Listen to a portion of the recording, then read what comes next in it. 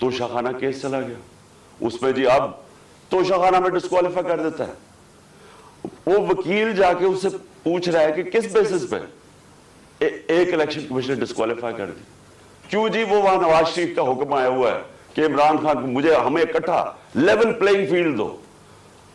وہ آدمی جو اربوں روپیہ اس ملک کا چوری کر کے باہر لے کے جاتا ہے، جو حدیبہ پیپر مل، یہ حدیبہ پیپر مل سمجھ لیں، اسحاق ڈار نے جج کے سامنے اپنی فری ول سے سٹیٹمنٹ دی ہوئی ہے، جس کو سیکشن 164 کہتے ہیں۔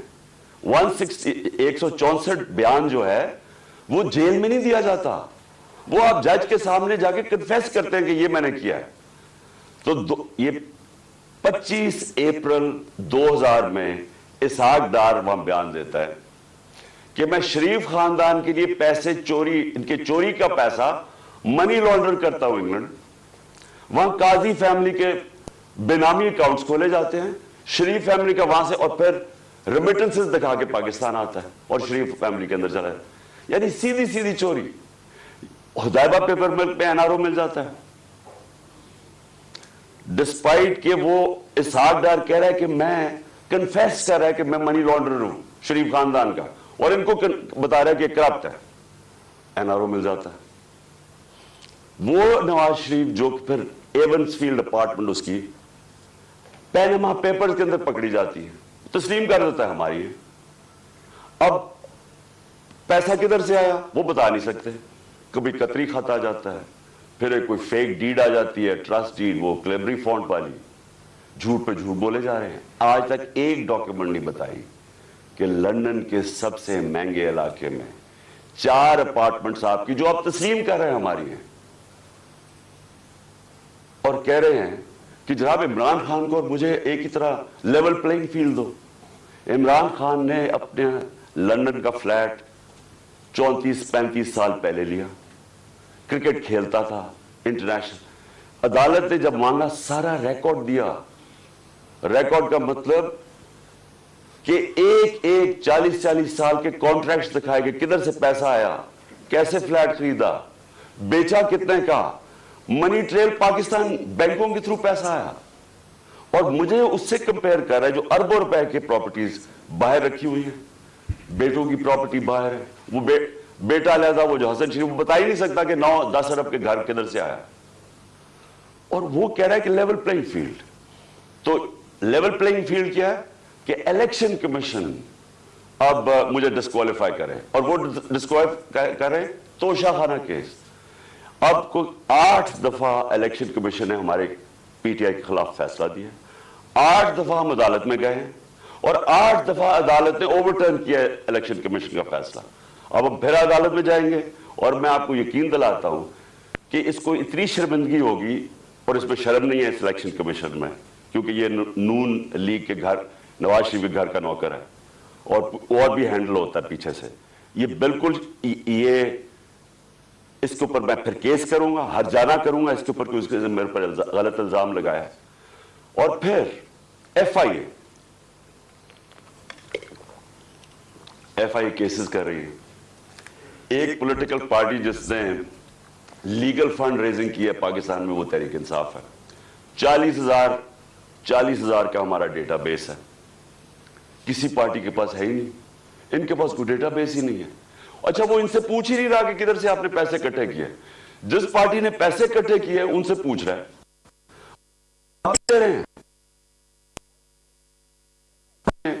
10 سال پہلے پیسے دیے تھے پی ٹی آئی کو، ان کو ایف آئی اے کانٹیکٹ کر کے ان کو ہراس کر رہی ہے، تاکہ پی ٹی آئی کے جو ڈونرز ہیں وہ بھاگ جائیں پی ٹی آئی سے، کہ پیسہ نہ اکٹھا کر سکے پی ٹی آئی۔ وہ پارٹی جو پبلک سے پیسہ جو ساری دنیا میں ہوتا ہے، اس پارٹی کو بند کرنے کی کوشش کر رہے ہیں۔ وہ جو 2 پارٹیز بتا ہی نہیں سکتی کہ پیسہ کدھر سے اکٹھا کرتے ہیں، اور اس کا ورڈ ہے کرونی کیپٹلزم۔ یہ پہلے بزنس مین کے ساتھ بزنس کرتے ہیں، اور پھر ان سے پھر ان کو پیسے، ان کو موقع دیتے ہیں پیسے بنانے کا، پھر ان کے ساتھ یا پروفٹ شیئرنگ کرتے ہیں، اور پھر انہیں سے ڈونیشنز لے لیتے ہیں۔ ان کے پاس تو ڈونر بیس ہی کوئی نہیں ہے۔ ہم کیوں فیصلے کر سکتے ہیں پبلک کے لیے؟ ہم کیوں بڑے بڑے مافیاز کے خلاف کھڑے ہوئے، جس طرح شوگر مافیا؟ کیونکہ ہمارے پاس پبلک کا ڈونر بیس ہے.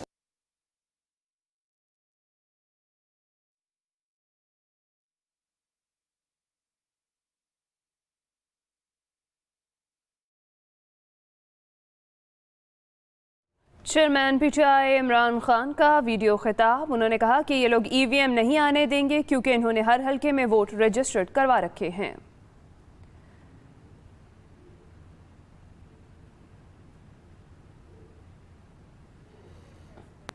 Chairman P T I Imran Khan کا ویڈیو خطاب. انہوں نے کہا کہ ڈرایا جا رہا ہے کہ ہمارے پاس آپ کی ویڈیوز ہیں. انہوں نے کہا کہ یہ لوگ ای وی ایم نہیں آنے دیں گے کیونکہ انہوں نے ہر حلقے میں ووٹ رجسٹرڈ کرا رکھے ہیں. سارا ریکارڈ توشہ خانہ میں پڑا ہے, اس میں چوری کی کوئی گنجائش ہی نہیں ہے. اپنے ویڈیو پیغام میں chairman P T I Imran Khan کی جانب سے کہا گیا کہ مجھے 4 گولیاں لگی ہیں.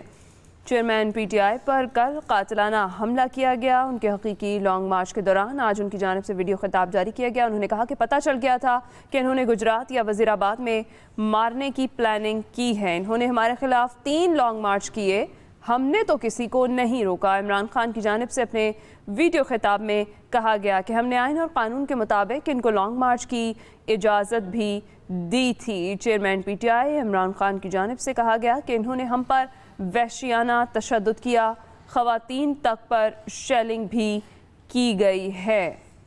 انہوں نے سوچا تھا ممی ڈیڈی پارٹی ہے, ختم ہو جائے گی. Chairman P T I Imran Khan کی جانب سے اپنے خطاب میں یہ کہا گیا کہ نظر آ رہا ہے قوم نے اس امپورٹڈ حکومت کو اب مسترد کر دیا ہے. انہوں نے کہا کہ پتہ چل گیا تھا کہ انہوں نے گجرات یا وزیر آباد میں ہم پر حملہ کرنا ہے. 27 جولائی کے الیکشن میں دھاندلی کے باوجود ہم جیتے. عمران خان کی جانب سے اپنے خطاب میں کہا گیا کہ الیکشن کمیشن کی مدد کے باوجود ہم نے الیکشن جیتا تھا. اس وقت chief election commissioner Nawaz Sharif کے گھر کا نوکر ہے. عمران خان کی جانب سے اپنے ویڈیو خطاب میں یہ کہا گیا ہے کہ مجھ پر غلط الزام لگایا گیا, الیکشن کمیشن کو ہر جانے کا نوٹس بھی بھیجوں گا. Chairman P T I Imran Khan کی جانب سے اسپتال سے ویڈیو خطاب کیا جا رہا ہے. انہوں نے کہا کہ یہ لوگ ای وی ایم نہیں آنے دیں گے کیونکہ انہوں نے ہر حلقے میں ووٹ رجسٹرڈ کرا. والے صحافی اتنی کریڈیبلٹی کوئی نہیں ہے. آپ صرف یہ دیکھ لیں کہ کن لوگوں کی آج ویورشپ اوپر ہے اور کن کی نیچے ہے. آپ کو پتہ چل جائے گا عوام کدھر کھڑی. عوام بیوقوف نہیں ہے. یہ جو عوام آپ کو بار بار میسیجز بتا رہی ہے کہ وہ ایک ابراہیم لنکن کی سیئنگ ہے کہ you can't fool all the people all the time. تھوڑا وقت سب کو پاگل بنا سکتے ہیں, سارا وقت کبھی کوئی انسان نہیں, معاشرہ پاگل نہیں بن سکتا. تو لوگوں کو پتہ ہے کیا ہو رہا ہے اور لوگ بتا رہے ہیں. پھر الیکشن ہوا, بائی الیکشن ہوا ہمارا 9 سیٹوں پہ میں کھڑا ہوا صرف ایک پوائنٹ بتانے کے لیے کہ عوام کدھر کھڑی. 9 سیٹوں میں سے 8 جیتا. یہ ورلڈ ریکارڈ ہے, دنیا میں کبھی ایک پارلیمنٹیرین 12 سیٹیں نہیں ایک اسمبلی میں جیتا. پھر عوام بتا رہی ہے وہ کدھر کھڑے, لیکن نہیں, عوام کی نہیں سننی. کسی طرح عمران خان کو ڈسکوالیفائی کرو, کسی طرح اس کے اوپر کیسز بناؤ, کسی طرح اس کو گندا کرو, اس کے اوپر مڈ سلنگنگ کرواؤ, اس کو ثابت کرو کہ جناب یہ بھی باقیوں کی طرح ہے, اور یہ ثابت کرو کہ جناب یہاں پولیٹیشنز یہ تو سارے ایک ہی طرح کے ہیں اور جو بھی فیصلہ ہوگا وہ پیچھے بیٹھ کے ہینڈلرز کریں گے. لیکن جب انہوں نے دیکھا جلسے ریکارڈ, میں پتہ نہیں 60-70 کتنے جلسے کر بیٹھا ہوں, میں نے کبھی پاکستانی قوم کو ایسے نہیں نکلتے دیکھا. الیکشن ریزلٹس آپ کے سامنے. انہوں نے فیصلہ کیا, اور فیصلہ پہلے کیا مجھے مروانے کا. 4 لوگوں نے بند کمرے میں فیصلہ کیا مجھے مروانے کا. میں ٹی وی پہ جا کے لوگوں کو بتایا کہ انہوں نے فیصلہ کیا. میں نے ویڈیو بنائی, 4 لوگوں کے نام میں نے دیے, میں نے ویڈیو باہر رکھی ہوئی ہے کہ اگر مجھے کچھ ہوا یہ ویڈیو ریلیز کریں گے, تاکہ یہ 4 لوگ یہ نہ ہو کہ یہاں ہمیشہ کوئی مر جاتا ہے تو اس کا کوئی پوچھتا نہیں ہے بعد میں. تو میں کہا تاکہ قوم دنیا کو پتا ہو, میرے ملک کو پتا ہو کہ کس نے یہ کیا ہے. اس کے بعد یہ فیصلہ یہ بند کمروں میں کہ اس کو اب کسی طرح عمران خان کو مارو. ایک اچھا، اور مجھے خبریں کدھر سے آتی ہیں؟ اب میں یہ بھی آپ کو بتا دوں کہ مجھے کیسے پتا چلتا ہے۔ ایک تو میں گورنمنٹ میں 3.5 سال رہا، میری ریلیشن شپس ہیں، اداروں کے اندر لوگوں کو میں جانتا ہوں، ایجنسیز کے اندر لوگوں کو میں جانتا ہوں۔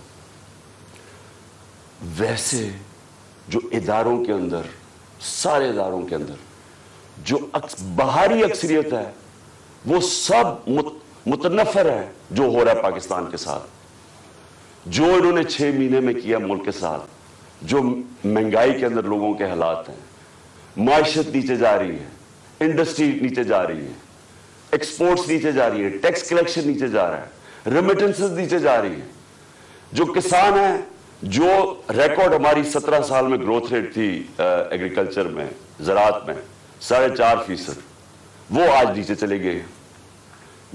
تو لوگ ان سے تنگ ہیں، اور لوگ مجھے بتاتے ہیں کہ یہ کیا سازشیں چل رہی ہیں۔ تو دوسری انہوں نے سازش کیا کی، انہوں نے، اور اس کے اوپر اب میں آنے لگا ہوں، یہ جو ہوا، یہ جو مجھے یہ گولیاں لگی، یہ سازش کیا تھی؟ انہوں نے فیصلہ کیا کہ ایک ایسا سلمان تاثیر ٹائپ قتل کرو عمران خان۔ اس کے اوپر پہلے اسے کہو کہ جناب یہ اس نے مذہب کی توہین کی ہے یا توہین رسالت کی ہے، اس کے اوپر کوئی انہوں نے ٹیپس بنائی، انہوں نے وہ ریلیز بھی کی، وہ لوگ چلائے، اور وہ نون لیگ کے لوگ اس کو پروجیکٹ کرنا شروع ہو گئے۔ پتا تھا مجھے کہ کون اس کو پروجیکٹ کر رہا ہے۔ ہمیں یہ اتنا آسان ہے آج کل کے زمانے میں پتا چلوانا، کیونکہ یہ تو ڈیجیٹل ورلڈ ہے، آپ پتا چلوا سکتے ہیں کس اکاؤنٹ سے چیزیں پروجیکٹ کی جا رہی ہیں۔ تو یہ پہلے تو یہ پروجیکٹ کیا گیا کہ عمران خان نے دین کی توہین کی ہے۔ اس کے بعد پلان ان کا یہ تھا، جو انہوں نے کیا اس دن یہ وزیر آباد میں، کہ کہیں گے جی دینی انتہا پسند عمران خان کو قتل کر دیا، جس طرح سلمان تاثیر کو کیا، کیونکہ اس نے کوئی مذہب کی توہین کر دی۔ یہ پلان بنا۔ میں نے یہ پلان جلسے کے اندر 24 سپٹمبر کو عوام کے سامنے رکھا، اور میں یہ چاہتا ہوں کہ یہ بالکل اسی اسکرپٹ کے اوپر ہوا جو کہ وزیر آباد میں ہوا ہے۔ تو یہ پہلے ذرا میں چاہتا ہوں آپ سارے یہ ذرا ایک دفعہ دیکھیں کہ یہ ہوا کیا تھا، یہ میں نے کیا کہا تھا 24 سپٹمبر کو۔ اور دوسری کوشش کر رہے ہیں، پہلے سے کتنا پلان بنا ہوا میں آپ سب پہلے بتا چکا ہوں۔ 4 لوگوں نے بند کمرے میں فیصلہ کیا مجھے مروانے کا، اور وہ لوگ ابھی بھی اس سازش میں لگے ہوئے ہیں۔ انہوں نے دونوں مریم کو جھوٹ بولنے کی PhD دونوں کے پاس ہے۔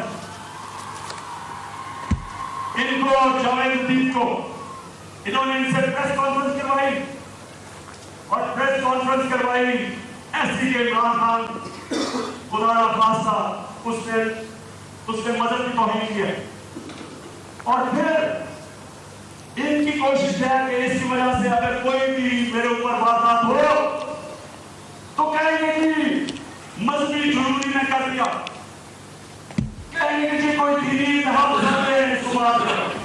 یہ ایک پلان ہے، لیکن میں آج آپ سب کو کہہ رہا ہوں، سارے پاکستان میں پھر رہا ہوں، مجھے اپنی جان سے زیادہ مجھے پاکستان کی آزادی کی فکر ہے۔ 24 سپٹمبر یہ جلسے میں نے کہا، پلان کا مجھے پتا چل گیا تھا، اور یہ جو وزیر آباد ہوا، اب میں آپ کو وزیر آباد پہ آتا ہوں کہ یہ ہوا کیا۔ انہوں نے لانگ مارچ، ہم جلسے کرتے ہوئے ہم نے لانگ مارچ کا فیصلہ کیا۔ لانگ مارچ سے ڈر گئے، پبلک انہوں نے دیکھ لی تھی کہ ہمارے ساتھ ہیں، اور انہیں پتا تھا کہ میں نے اب جو غلطیاں کی تھی پچھلی باری، اور مجھے پتا چل گیا تھا ان کا پلان ہے، میں نے اب ایک اور پلان بنایا ہوا تھا، اور میں آج یہ ابھی اینڈ میں آپ کو بتاؤں گا کہ مارچ کا کرنا کیا ہے۔ لیکن مجھے پتا تھا کہ جو عوام نے نکلنا ہے اس باری، چاہے یہ جتنی مرضی پولیس بلا لیں، چاہے رینجرز بلا لیں، چاہے ٹیئر گیسنگ شیلز تیاری کر لیں، جب عوام کا سمندر نکلتا ہے، وہ کہتے ہیں no power can stop an idea its time is come. جب ایک نظریے کا وقت آ جاتا ہے، اس کو کوئی نہیں روک سکتا۔ تو ان کو مجھے پتا تھا کہ اسلام آباد میں، اور انشاءاللہ یہ میں ثابت کروں گا، اتنی پبلک نے آنا ہے کہ اس ملک کی تاریخ میں کبھی پبلک اتنی نکلی نہیں ہے۔ اور وہ یہ بھی خوفزدہ تھے، ہیں بڑے بزدل، آپ کو پتا ہے کرپٹ لوگ، دو قسم کے لوگ بڑے بزدل ہوتے ہیں، ایک ظالم اور ایک کرپٹ۔ یہ ہمیشہ بزدل ہوتے ہیں۔ کرپٹ اس لیے کہ انہوں نے پیسہ بچانا ہوتا ہے، کیونکہ انہوں نے چوری کا پیسہ بنایا ہوتا ہے، سارا وقت ڈر ہوتا ہے کہ کہیں چوری کا پیسہ نہ چلا جائے، اور وہ پھر اس پیسے کو بچانے کے لیے ہر انتہا پہ جاتے ہیں۔ اور دوسرے جو ظالم لوگ ہوتے ہیں، ظالم ہمیشہ بزدل ہوتا ہے کیونکہ وہ ڈرپوک ہوتا ہے، وہ ظلم کرتا ہے لوگوں پہ۔ اب 3 لوگوں نے یہ پلان بنایا، اور مجھے کہا یہ وہ 3 لوگ نہیں ہیں جو 4 لوگوں کے میں نے نام پہلے بتائے تھے جنہوں نے پہلے فیصلہ کیا تھا، جن کے اوپر میں نے ٹیپ بنائی، یہ 3 اور ہیں۔ مجھے کیسے پتا چلا؟ مجھے پھر اندر سے لوگوں نے بتایا۔ ایک دن پہلے، وزیر آباد سے پہلے، انہوں نے جب دیکھا کراؤڈ بڑھتے جا رہے ہیں، اور ایسے کراؤڈ کے کبھی پاکستان میں نظر نہیں آئے جی ٹی روڈ کے اوپر، انہوں نے پلان بنایا مجھے مارنے کا۔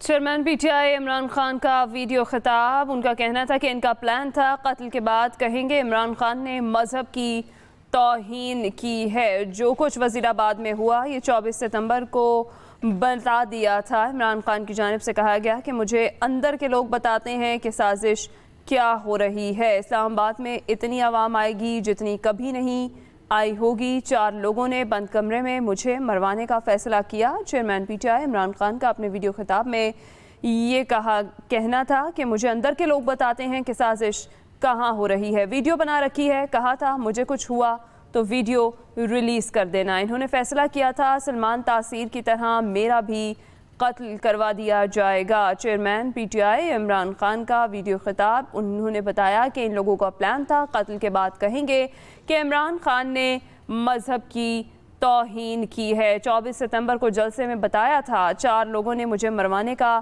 فیصلہ کیا ہے۔ ان کی جانب سے یہ کہا گیا کہ اسلام آباد میں اتنی عوام آئے گی جتنی کبھی نہیں آئی کہ کہیں وہ اسلام آباد نہ آ جائے، وہ پبلک نہ نکلا ہے، تو انہوں نے وہاں لوگوں کو قتل کیا۔ یہ رانا ثناء اللہ، اس نے یاد رکھے لانگ مارچ سے بچنے کے لیے لوگ قتل کروائے تھے ماڈل ٹاؤن کے۔ اسی رانا ثناء اللہ کے اوپر عابد شیر علی، ان کے منسٹر کے باپ نے، کا 18 قتل کیے اس نے۔ قبضہ گروپ اور ہر قسم کی یہ 2 نمبر کام کرتا ہے فیصل آباد میں، سب فیصل آباد جانتا ہے اس کو۔ تو اس کے لیے کوئی جان، انسانی جان کی اہمیت نہیں ہے، ان کے لیے صرف اپنے مقصد اور پیسہ اور چوری۔ دوسری طرف شہباز شریف کے اوپر ہیومن رائٹس واچ کی رپورٹ ہے، یا ایمنسٹی انٹرنیشنل کی رپورٹ ہے، 1990 یعنی 1997 میں جب چیف منسٹر تھا، اور 99 تک جب چیف منسٹر آیا، اس نے کوئی 900 قتل کروائے تھے پولیس مقابلے میں۔ عابد باکسر نے ٹی وی کے اوپر آ کے سٹیٹمنٹ دی تھی کہ یہ کیسے لوگوں کو مرواتا تھا پولیس مقابلے میں۔ یہی شہباز شریف جب اس کا ایف آئی اے میں 16 ارب کا جو کیس تھا، اور 8 ارب کا اس میں نیب میں، تو جو 16 ارب کی کیس تھے، جو نوکروں کے ملازموں کے نام میں رمضان شوگر مل کے انہوں نے پیسہ لیا اور پھر اپنے خاندان میں بانٹا، انہوں نے 5 ملازموں کو، وہ مرے ہارٹ اٹیک سے، 2 آتے ساتھ ہی 2 مہینے میں 5 گواہ مرے۔ اور جو چھٹا ڈاکٹر رضوان تھا، جو انویسٹیگیٹ کر رہا تھا ان کی ایف آئی اے کی، جس نے انویسٹیگیٹ کیا تھا یہ ان کا جو فیک اکاؤنٹس اور یہ جو نوکروں کے نام پیسہ لیا تھا، وہ بھی ہارٹ اٹیک سے مرتا ہے۔ یہاں ڈاکٹر بیٹھے ہوئے آپ کو بتائیں گے کہ ایک طریقہ ہوتا ہے انڈیوس ہارٹ اٹیک کا، پتہ بھی نہیں کسی کو چلتا کیا ہو۔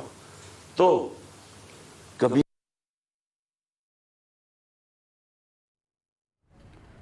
Chairman P T I Imran Khan نے کہا کہ رانا ثناء اللہ نے لانگ مارچ سے بچنے کے لیے ماڈل ٹاؤن میں 18 قتل کروائے تھے، ان کی نظر میں انسانی جان کی کوئی اہمیت نہیں ہے۔ ان کی جانب سے بتایا گیا کہ مجھے پہلے سے ہی پتا تھا کہ گجرات اور وزیر آباد میں یہ مجھ پر حملہ کر سکتے ہیں۔ Chairman P T I Imran Khan کا ویڈیو خطاب، انہوں نے کہا کہ 4 لوگوں نے بند کمرے میں مجھے مروانے کا